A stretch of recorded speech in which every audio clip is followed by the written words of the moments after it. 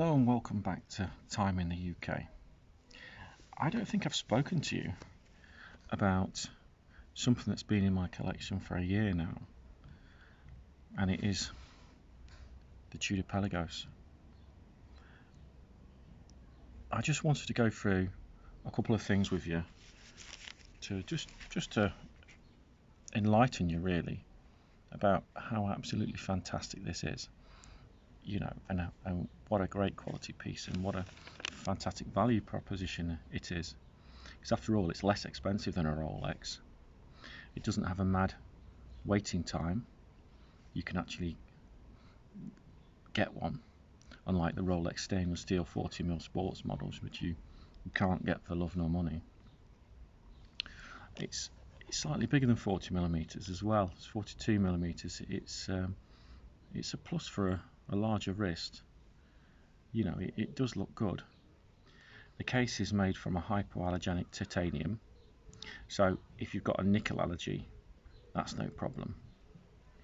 The case is brushed rather than polished, so it's quite forgiving, and it also gives it a distinctive toned down look maybe. The clasp as well is fantastic, but it's a spring loaded clasp and it's very comfortable to wear. And the bezel is ceramic with a matte black insert and lume. And the design is original. It takes a few hints from the likes of the Tudor Snowflake, and perhaps it's a Submariner obviously, but it's its own thing. It's got a lot of symmetry to the bezel, which some watches don't have. And it's quite an appealing design because the markers themselves are set back into the rehaut slightly, which looks fantastic. It's got the really large sort of Tudor trademark snowflake hands,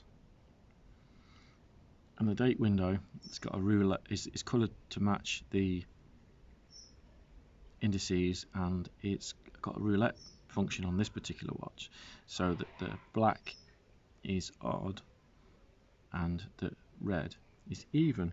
So when it's an even day, like the 30th or the 2nd, the date will be red. The Pelagos range itself has currently three major styles. We've got the plain black right hand drive with the crown there. We've got the black left hand drive, and we've got the right hand blue as well. So no doubt in the future a few more designs will come out, but currently they're the only three designs that we have.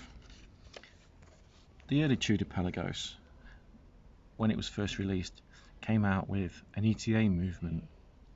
The ETA movement watches can be distinguished because they only have two lines of text. The ETA movements as well don't come in a left-hand format, and they're slightly shallower. The Tudor Pelagos as well is the first time titanium was used by Rolex or Tudor for a watch case and a watch strap. The case and the strap itself will patina differently to stainless steel, and its in-house movement will provide you with 70 hours of power reserve.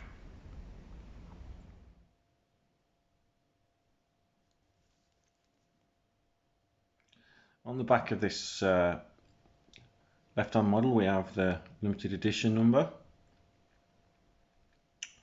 which differs from the standard Pelagos that doesn't have any numbers on the back. And also the clasp. The Pelagos clasp is a fantastic piece of engineering because it's actually designed to be spring loaded. You see there? So it allows the clasp to flex on your wrist. But as well as the spring loaded feature, you've got a proper dive extension which adds an inch, a wetsuit dive extension there. Not folds back together like that. There you go. But now it's not spring loaded, but there it is. In there at the back, on the inside, you can see the spring design. I would say award winning, but I don't know if it's won any awards. That's it.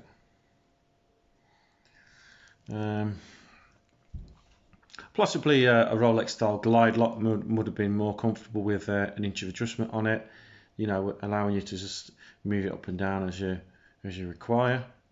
But this is fine for me, and I find it quite comfortable, except possibly if you're out late at night and right at the end of the night, it does sort of start just feeling a bit heavy on the wrist. And obviously once you're on this spring extension, there's nothing you can do to take the pressure off. So probably I need to add another link to my watch, don't I? But normally when I'm wearing the watch, it sits there. The only thing I'd say, if I was going to change something about this design, or quite a few scratches, look, I would possibly change the spring rate and make the springs softer. But again, that would then cause them perhaps not to be pulling on the wrist so much. This particular clasp is a milled clasp.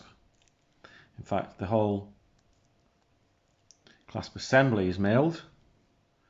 As you can see, it's made up from milled components that fold together. You've got ceramic balls in there that allow it to clip together.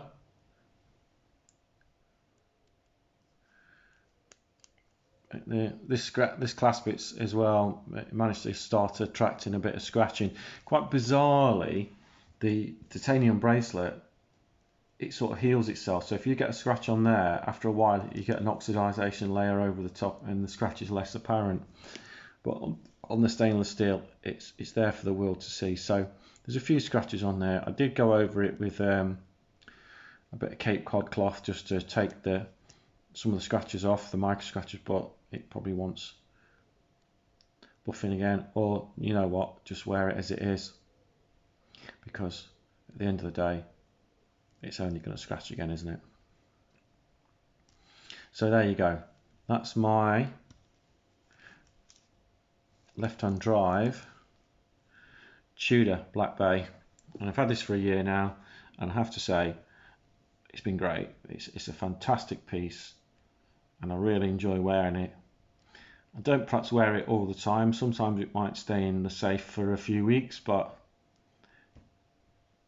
yeah, I do enjoy wearing it, and I'm very there's no problem at all wearing it. It's very comfortable to wear, and there's no problems at all with it, and it's quite a light, overall it's quite a light watch. So shall we weigh it just to make sure that it's light?